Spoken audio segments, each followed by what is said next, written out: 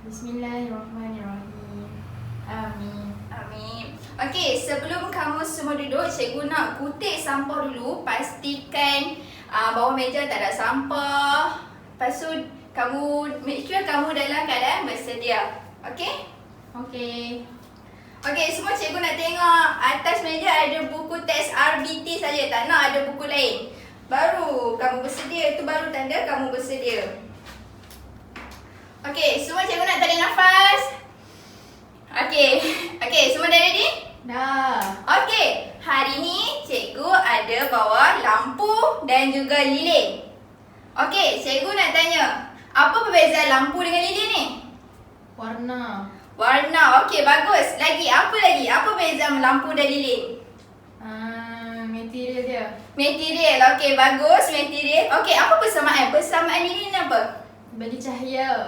Dia mengeluarkan cahaya. Dia memberi kita cahaya. Okey, so cikgu nak tanya lagi, apa perbezaan dia? Dia punya Dia cara nak mengeluarkan cahaya. Cara penggunaan cahaya. Okey, bagus. Kalau lampu kita menggunakan elektrik kan? Ya. Kalau lilin ni kita kena guna api. Okey, kita guna mancis, kita bakar dan kita apa ni? Cucur cucur dekat dengan lilin ni. Okey, di sini kita ternyata kita hidup di zaman teknologi pada zaman kini, di mana sekarang kita menggunakan lampu. Lampu ni kita hanya menggunakan tenaga elektrik. Manakala zaman dulu kita guna lilin. Lilin dulu kita guna bahan api untuk membakar lilin untuk menghasilkan pencahayaan. Okey, cikgu nak tanya lagi. Apa beza penyapu dengan vacuum? Okey, cikgu bagi contoh. Vacuum dengan penyapu, apa beza dia?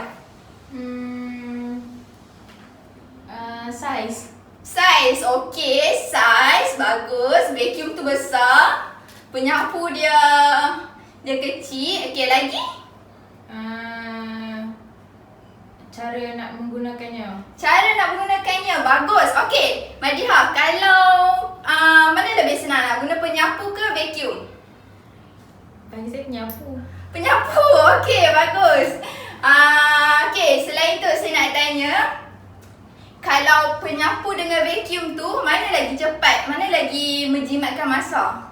Vacuum. Vacuum, okey, bagus. Dan kalau kita guna vacuum, dia lebih efisien bukan? Tak payah kita nak sapu teruk-teruk. Kita boleh jimat masa, kita boleh jimat tenaga. Okey.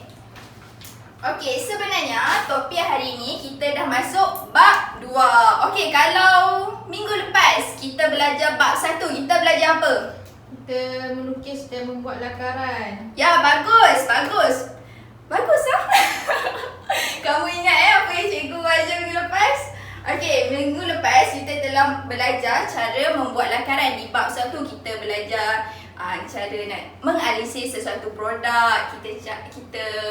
Kita belajar cara membuat lakaran, kita belajar bentuk-bentuk produk.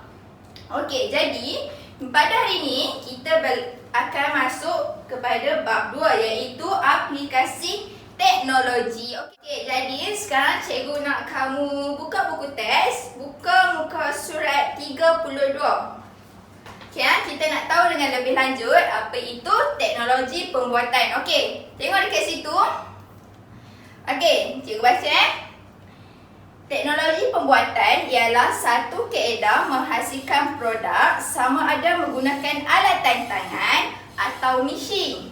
Okey, sebagai contoh, periuk nasi serbaguna atau lebih dikenali sebagai rice cooker. Okey, dekat rumah siapa ada rice cooker? Saya. Okey, siapa ada multi rice cooker? Saya. Okey, nampak kan? Mak-mak kamu semua mengikut teknologi. Di mana zaman dulu kita hanya menggunakan periuk nasi biasa untuk menanak nasi. Malah zaman sekarang kita dah ada multi rice cooker. Multi rice cooker tu, okey, siapa tahu? Mak dia dekat rumah guna multi rice cooker tu buat apa je selain pada masak nasi? Buat kek. Buat kek, okey, bagus. Lagi, mak siapa lagi suka masak? Masak apa guna multi rice cooker tu? Rendang. Masak rendang, okey, bagus. Okey, di sini terbuktikan yang bahawa multi rice cooker tu kita boleh menggunakan menggunakannya untuk masak berbagai jenis makanan. Okey, nama pun multi, maksudnya multi, pelbagai. Okey, kalau rice cooker dulu kita hanya boleh masak nasi, tapi multi rice cooker sekarang kita boleh masak macam-macam jenis. Okey, kemudian kita pergi kepada kaedah-kaedah teknologi pembuatan produk. Okey, kaedah teknologi pembuatan produk terbahagi kepada dua, iaitu kaedah konvensional. Yang pertama kaedah konvensional dan kedua ialah kaedah moden. Okey, konvensional. Apa itu konvensional? Apa itu konvensional? Tak tahu. Konvensional, tak tahu. Okey, konvensional dia apa yang kamu rasa, perkataan apa yang dekat-dekat dengan konvensional? Vocational. Vocational. Okey, bagus. Okey, sebenarnya konvensional tu dia berkait rapat dengan tradisional, di mana tradisional tu yang kita tahu tradisional zaman-zaman dulu. Malah konvensional ni ialah penggunaan alat waktu zaman dulu lah, cara-cara. Dia sama je dengan tradisional. Konvensional ni, tradisional, konvensional, sama je. Maksudnya penggunaan zaman dulu lah, orang-orang lama dulu. Okey, kita tengok kaedah konvensional. Kaedah konvensional tu apa? Okey, kaedah konvensional yang menggunakan teknologi asas dan kebiasaannya dikenali oleh individu yang menggunakan tangan. Okey, baca cikgu cakap lah. Zaman dulu kita more tu guna tangan. Kita guna tangan. Zaman dulu tak ada alat-alat mesin ni. Zaman sekarang baru ada mesin. Dulu semua kita guna tangan. Jadi produk yang dihasilkan adalah terhad dan memerlukan masa yang lama untuk disiapkan. Okey, jadi kita tengok pula kaedah moden. Okey, moden tu apa moden? Baru, bagus. Moden tu bila? Sekarang lah kan? Kita hidup di zaman moden. Okey. Kaedah moden ialah ia menggunakan teknologi moden seperti mesin bagi menggantikan penggunaan alatan tangan. Okey, macam cikgu cakap tadi, kaedah konvensional menggunakan alatan tangan. Malah, kaedah moden ni kita menggunakan mesin untuk menggantikan kaedah moden tu. Okey. Okey, semua dapat Ya. Okey, bagus. Okey, kemudian pembinaan produk akan menjadi lebih cepat dan tepat tanpa membazir tenaga dan juga masa. Okey, cikgu bagi contoh Okey, kalau kita nak buat donat kalau kita nak buat donat. Kalau kamu semua nak buat donat kan? Kamu nak uli tepung tu guna tangan kan? Ya. Guna tangan. Okey, tapi zaman sekarang kalau untuk orang yang buka perniagaan buat donat kan dalam kuantiti banyak. Mana orang nak larat nak uli tepung donat tu kan berpeluh-peluh dia. Jadi zaman sekarang dia ada mesin untuk uli tepung tu. Okey. Kalau zaman dulu kita hanya menggunakan tangan. Tapi zaman sekarang kita dah ada mesin untuk uli tepung tu. Itulah bezanya. Kalau uli tepung menggunakan tangan itu kaedah apa? Konvensional. Ya, bagus. Kaedah konvensional. Kalau uli tepung guna mesin tu?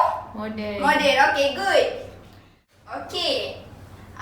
Siapa boleh bagi satu contoh setiap kaedah yang diterangkan tadi? Mana kata bagi contoh apa yang berkaitan dengan kaedah konvensional dan juga kaedah moden. Okey, macam tadi saya bagi contoh kan. Kalau untuk kaedah vocational kita uli tepung guna tangan. Tapi kaedah moden kita guna mesin. Okey. Siapa boleh bagi contoh ke cikgu? Contoh lain. Okey, Madiha. Pengisar dengan lesung batu. Pengisar dengan lesung batu. Okey, bagus.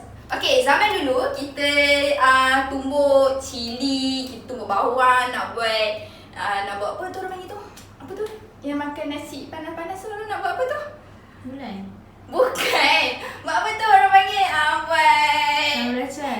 sambal belacan. Kalau zaman dulu kita nak buat sambal belacan, kita tumbuk guna lesung batu. Tapi zaman sekarang kita boleh guna pengisar. Okey, macam dekat kedai makan tu kan dalam kuantiti banyak. So boleh guna pengisar. Okey, bagus Madiha. Okey. Okey, seterusnya cikgu akan menerangkan kamu tentang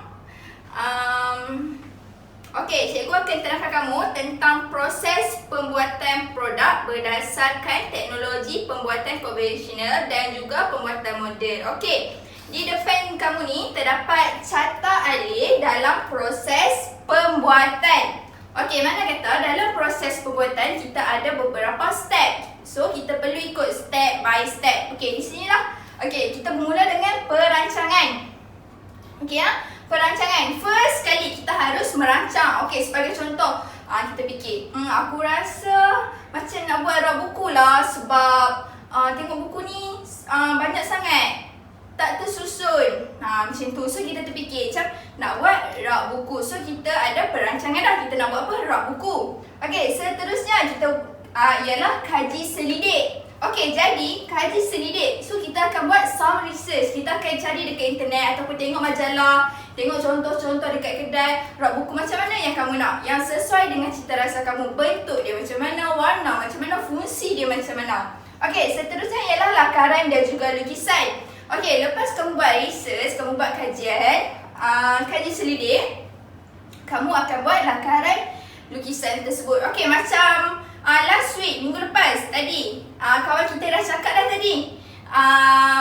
Minggu lepas kita belajar tentang buat lukisan. Dekat sini lah kamu perlu buat mempraktikkan, apply kamu punya kemahiran lakaran dan lukisan tersebut. Okey, setelah lakaran kita dah buat perancangan, kita dah buat kaji selidik, kita dah buat lakaran serta lukisan. Jadi, barulah kita akan bina mock-up ataupun model. Okey? Mock-up ataupun model. Tahu tak mock-up tu apa?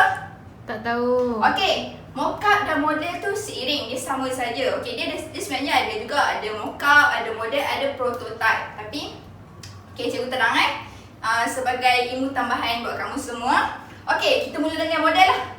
Model tu ialah contoh rak buku. Macam kita bayang nak buat rak buku kan, tapi kita hanya buat model dalam bentuk saiz yang kecil, tapi dia tak berfungsi pun.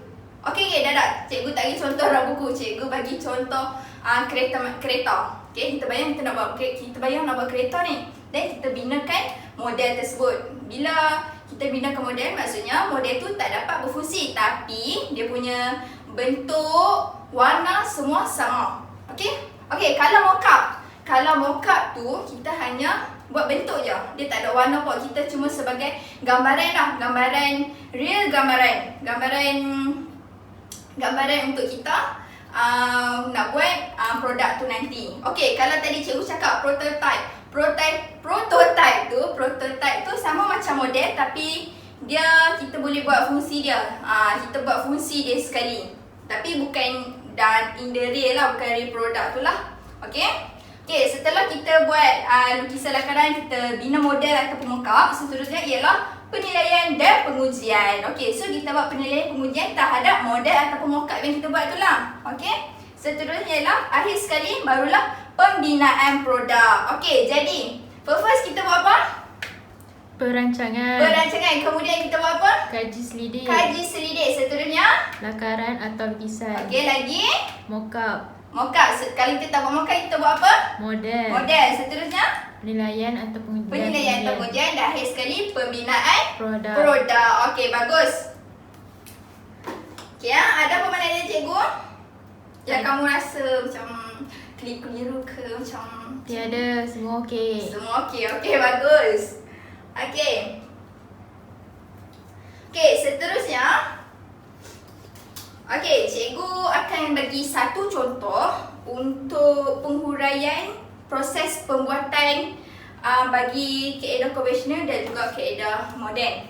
Okey, semua dalamnya ada dalam buku teks, boleh tengok buku teks. Okey, proses pembuatan produk kalau zaman dulu kita dengan penggunaan konvensional. Okey, contohnya kita bermula dengan memutar skru lah. Kalau proses dia kat sini.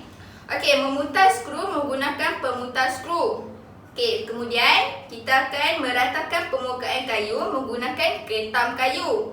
Kemudian memotong kayu menggunakan gergaji tangan ataupun gergaji puting. Okey, dekat sini kamu nampak tak? Semua kita guna ni alatan tangan.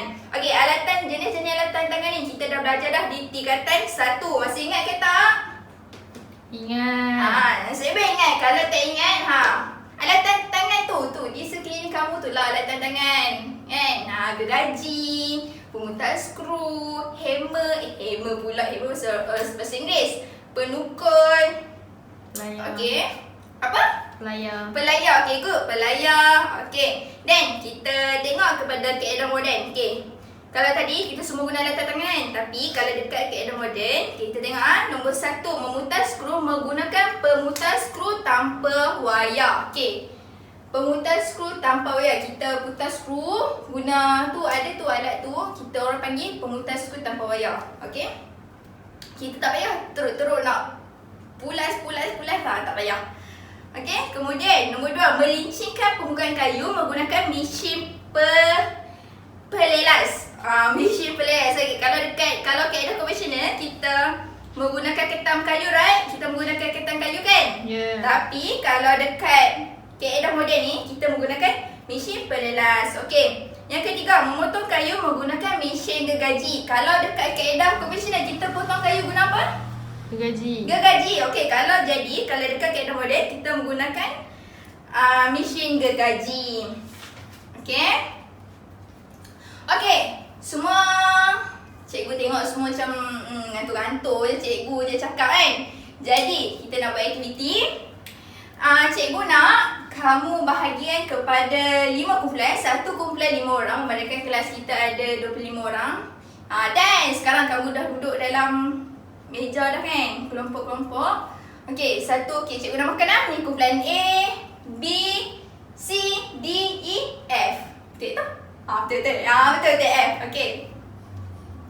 Okey, kumpulan A, B, C, D, F, cikgu akan bagi kamu sehelai kertas. Okey, kertas ni dalam kumpulan, okey, dalam kumpulan bukan individu. Dalam kumpulan kamu perlu isi perbezaan antara kaedah konvensional dan kaedah moden dari aspek masa, hasil, kos, tenaga kerja, kuantiti, kualitati dan estetika. Okey? Okey. Okey. So kamu buat perbezaan lah kalau kaedah konvensional ni. Okey, dari segi masa apa dia? Okey, kalau kaedah moden apa dia? Okey, macam tu. Okey? So cikgu akan bagi kamu buat dalam kumpulan cikgu bagi masa dalam 5 minit. Senang je ni. Bincang-bincang. Kamu ada 5 orang kan. So aspek ni kamu bahagilah. Okey? Okey, semua okey ke tu? Ada apa-apa yang tak faham? Boleh terus tanya cikgu. Ada cikgu. Ya. Tak faham apa tu? Dekat aspek bahagian estetika. Apa maksud estetika cikgu tak faham. Okey, bagus. Dah punya lama baru seorang tanya. Yang lain tu tahu tak maksud estetika tu apa? Tak tahu kan? Okey, estetika tu ialah dia macam satu nilai penghayatan. Okey. Contoh cikgu bagi contoh macam seni lukisan. Seni lukisan lah. Kita tahu kalau kita lukis guna tangan, berbeza. Lukis tangan dan juga print lukisan berbeza, sangat berbeza. Kalau melukis lukisan kita tengok guna watercolor tu kan, kita nampak kehalusan seni tu, kita boleh menilai seni tersebut. Kalau kita guna print out, hanya print je lukisan tu, kita tak nampak kehalusan seni tu. Okey, jadi cikgu minta siapa boleh bagi satu contoh nilai estetika, contoh yang kamu nampak estetika dari sudut apa, satu produk tu.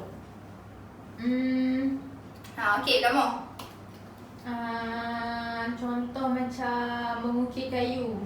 Ukir kayu. Okey, bagus. Okey, apa yang kamu nampak ukir kayu tu? Apa beza dia? Ukir kayu kita guna tangan. Kalau mesin tu kita macam ada setengah mesin tu kayu dia macam buat sendiri guna mesin kan. Okey, apa yang kamu nampak dari segi nilai estetika tu?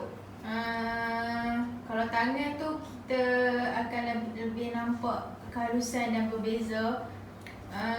Kalau mesin dia kemungkinan dia akan menggunakan corak yang sama. So macam semua sama je. Okey, bagus. Okey, sebab tu cikgu bagi contoh satu lagi, contoh macam penghasilan wow ataupun layang-layang. Okey, wow. Kalau wow kita buat sendiri, kita lukis sendiri, corakkan wow sendiri, kita nampak kan cantiknya wow tu. Sebab guna tangan. Sebab itulah kalau guna tangan ni orang panggil custom made. Orang panggil custom made. Kita guna tangan sendiri kan. dia lebih mahal sikit berbanding dengan yang dah keluar produk yang sama je. Batik. Batik contohnya. Okey, pandai. Okey. Kiam boleh buat Boleh. Okey. Okey, semua dah siap? Ya, cikgu dah siap. Okey, kita mula dengan kumpulan A. Cikgu nak wakil seorang kumpulan A bangun dan baca jawapan kamu. Okey, dari segi aspek masa, kaedah konvensional dia mengambil masa yang lama. Kaedah moden mengambil masa yang singkat. Bagus. Dari hasil, menghasilkan produk yang terhad untuk konvensional. Untuk moden, produk yang tepat dan tanpa membazir. Untuk kos, konvensional kos yang banyak. Untuk moden, dia menggunakan kos yang sikit. Untuk tenaga kerja, konvensional menggunakan tenaga kerja yang banyak. Kaedah moden menggunakan tenaga kerja yang sikit. Kuantiti pula untuk konvensional terhad dan moden tidak terhad. Bagi kualiti, konvensional bagus dan moden bagus. Untuk estetika, untuk konvensional kita akan nampak kehalusan hasil produk tersebut. Okey. Untuk moden kita akan nampak perbezaan dia sebab dia akan menghasilkan kehalusan yang sama je. So tak nampak kehalusan dia sebab menggunakan mesin. Okey, kehalusan seni tu. Okey, bagus. Bagus kumpulan A. Okey, yang lain semua sama ke jawapan? Okey, ada apa yang kamu rasa nak dibincangkan ataupun kamu rasa nak bangkang? Cikgu salah lah cikgu, estetika tu model pun kita nampak lah kehalusan seni. Ataupun kita cakap, cikgu salah lah cikgu, kaedah konvensional tu kos dia guna sikit je, tak bayar pun beli mesin mahal, guna latan tangan je. Ada siapa-siapa nak bangkang? Tak ada. Okey, tak ada. Okey, tapi cikgu ada satu nak komen. Dekat dengan kualiti.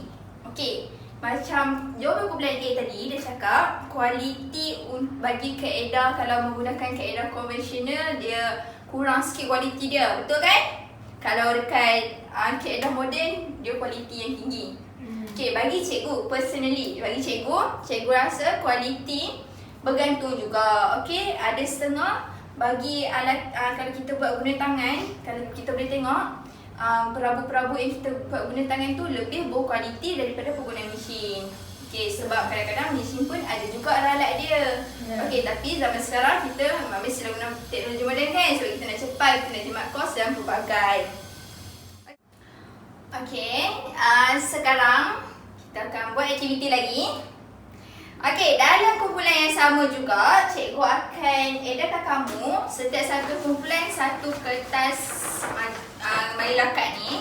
Cikgu nak kamu fikirkan satu produk yang kamu nak tambah baikkan. Okey, cikgu bagi contoh macam, cikgu bagi contoh cikgu jangan tiru contoh cikgu kamu fikir lain Okey, cikgu bagi contoh macam kereta sorong. Okey? Okay, so cikgu fikirlah kereta sorong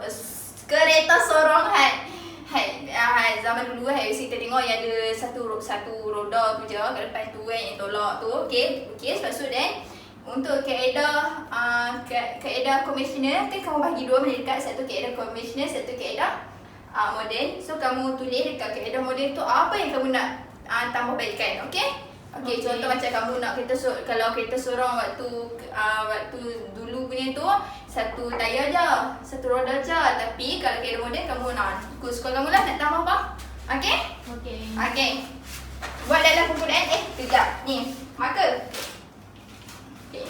Ambil seorang bagi-bagilah. Okey? Basi-basi. Okay, bagus. Semua kumpulan sudah selesai bentang di depan. Okey, cikgu nak komen. Setiap kumpulan cikgu tengok bagus, kreatif dan masing-masing setiap kumpulan ada idea masing-masing. Cuma cikgu nak tekankan dekat sini, bila kamu memikirkan sesuatu penambahbaikan kepada sesuatu produk, kamu kena fikir juga tentang risiko, kebaikan dan juga keburukan. Risiko. Bila kamu buat ni, apa yang akan terjadi? Kalau kamu buat ni, apa yang akan terjadi? Okey? Contohlah macam kumpulan C tadi. dia buat setrika tu, dia buat dalam saiz yang besar. Okey, kamu kena fikirkan pula pro and con. Kontra dia apa? Apa risiko dia? Risiko dia maybe dia memerlukan tenaga elektrik yang banyak. Okey, kamu kena bila kamu memikirkan tentang menginovasikan sesuatu produk tu, kamu perlu fikirkan pro and cons. Okey? Okey. Okey, sebelum berakhirnya kelas kita pada hari ini, cikgu nak siapa-siapa wakil bangun buat rumusan apa yang dia faham, apa yang telah pelajari pada hari ini.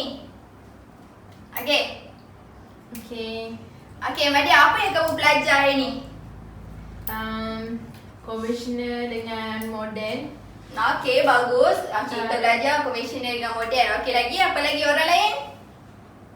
Cara dulu dengan sekarang lain. Okey, cara dulu dengan cara sekarang. Bagus lagi. Apa lagi kamu belajar hari ni?